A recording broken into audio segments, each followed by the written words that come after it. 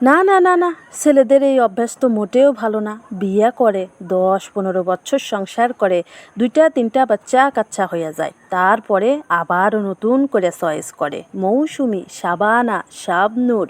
বাপরে বাপ, অমুকের মেয়ে মিম, তমুকের মেয়ে নীতা আম্বানি, সমুকের বউ শাবানা। বাপরে বাপরে বাপ, নিজের বইয়ের কোনো প্রশংসা নাই, অন্যের বইয়ের অনেক প্রশংসা। সেই প্রশংসার কথা আর বলে শেষ করা যাবে না। যাই হোক, 10-12 বছর সংসার করার পর যখন দেখে যে না, এই বউ দিয়ে আর আমার হবে না, নতুন করে নায়িকা খুঁজতে হবে, তখন নতুন করে মোড় ঘুরায়। ওই যে বিয়ের আগে টাইম পাস করছে শাবানা, মৌসুমি, শাবনাজ, শাহানাজ, নীতা আম্বানি, ওদের পিছে ছুটতে ছুটতে দেখা যায় এক সময় এই শাবনূর মৌসুমিকে বিয়ে করে ফেলছে গোপনে, এবং গোপনে তার সঙ্গে সংসার করতেছে, এবং গোপনে 2-3টা বাচ্চা কাচ্চা হয়ে গেছে।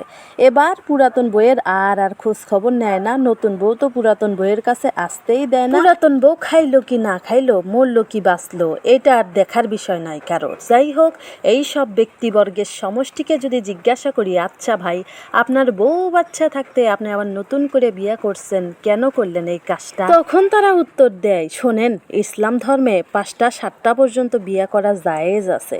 আরে ভাই, বিয়ে করা জায়েজ আছে মানলাম, কিন্তু আপনি যদি 8টা বিয়ে করেন, 8টা বউকে সমান অধিকার দিতে পারবেন?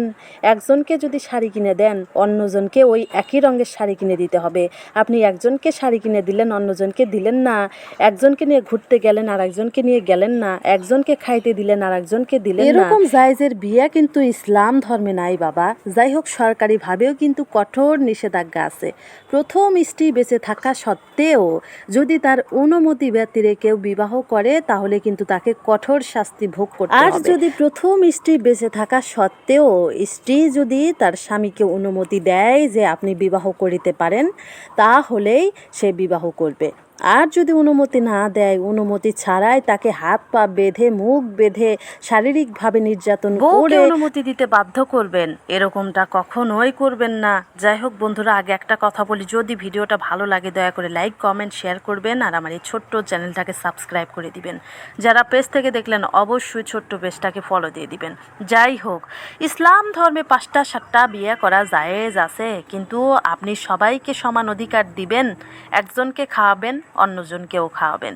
একজনকে চুড়ি কিনে দিলেন, অন্যজনকেও চুড়ি কিনে দিতে হবে। আপনি একজনের খোঁজ নিবেন, আর একজনের নিবেন না।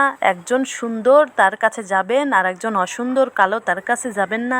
এইটা কিন্তু ইসলামে জায়েজ। তাহলে এবার কি করবেন? আপনারা তো 5জন, 7জন, 8জন স্ত্রীর দায়িত্ব পালন করতে পারবেন না, সব জায়গায় সমান ভূমিকা দিতে পারবেন না। তাহলে এই 8টা, 10টা, 5টা, 6টা বিয়ে করা জায়েজ, অর্থাৎ বিয়ে করার যে জায়েজ আছে এই কথা বাদ দিয়ে বিয়ে করা বন্ধ করে দেন। কারণ যুগ চলে গেছে, আগের মানুষ সমান অধিকার দিছে বউদের, অর্থাৎ 5টা বিয়ে করলে 5জনকে সমান অধিকার দিছে। কিন্তু আপনারা 5জনকেই সমান অধিকার দিতে পারবেন না। এই যুগটা হয়েছে হিংসুকের যুগ, হিংসার যুগ। এক বউ অন্য বউকে দেখতে পারে না, এক বউ অন্য বউয়ের কাছে যাইতে দেয় না। তাই সাবধান হন। একটা বউ নেন, একটা বউ নিয়ে জীবনযাপন করেন, একটা বউ নিয়ে সুখে থাকেন, ঘোরাফেরা করেন, খাওয়া দাওয়া করেন, কিন্তু ভুলেও যেই ভূমিকা পালন করতে পারবেন না সেই ভূমিকায় যাবেন না। ভুলেও দশমীকে পাও দেওয়ার চেষ্টা করবেন না। এককভাবে থাকেন, একক নিয়েই থাকেন, ভালো থাকবেন, সুখে থাকবেন।